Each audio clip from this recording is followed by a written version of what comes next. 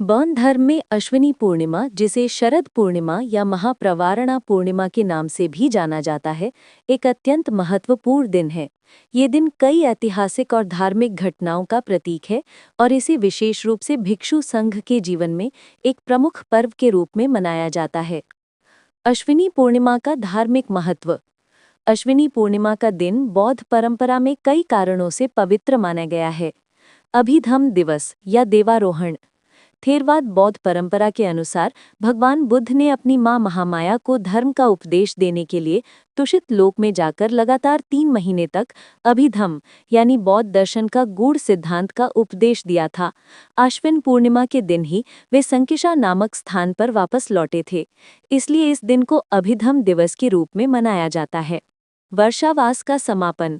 बौद्ध भिक्षु वर्षा ऋतु के 3 महीने यानी आषाढ़ से अश्विन पूर्णिमा तक एक स्थान पर रहकर ध्यान और अध्ययन करते हैं, जिसे वर्षावास या वसावास कहा जाता है।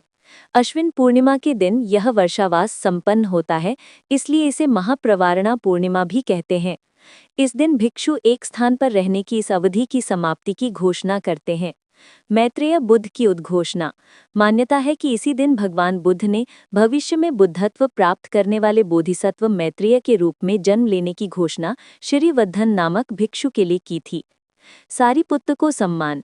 इस पूर्णिमा के दिन ही भगवान बुद्ध ने अपने प्रमुख शिष्य सारिपुत्र या शारिपुत्र को धम्म सेनापति के रूप में घोषित किया था। समारोह और रीति रिवाज। यह दिन बौद्ध अनुयायियों द्वारा विभिन्न धार्मिक कर्मकांडों और दान के साथ मनाया जाता है। कठिन चीवरदान। यह इस दिन का एक प्रमुख और विशेष आयोजन है।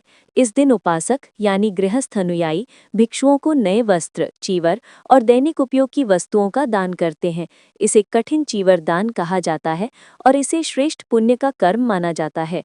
ये परंपरा भगवान बुद्ध के समय से श्रावस्ती के जेतवन में शुरू हुई थी। पवर्णा पूजा। वर्षावास की समाप्ति पर भिक्षु पवर्णा पूजा का आयोजन करते हैं, जिसमें सभी प्राणियों के कल्याण और विश्व शांति की कामना की जाती है। श्रद्धालुओं की भागीदारी। इस अवसर पर बौद्ध तीर्थ स्थलों जैसे बोधगया में देश विदेश से हजारों श्रद्धालु एकत्रित होते हैं और समारोहों में भाग लेते हैं।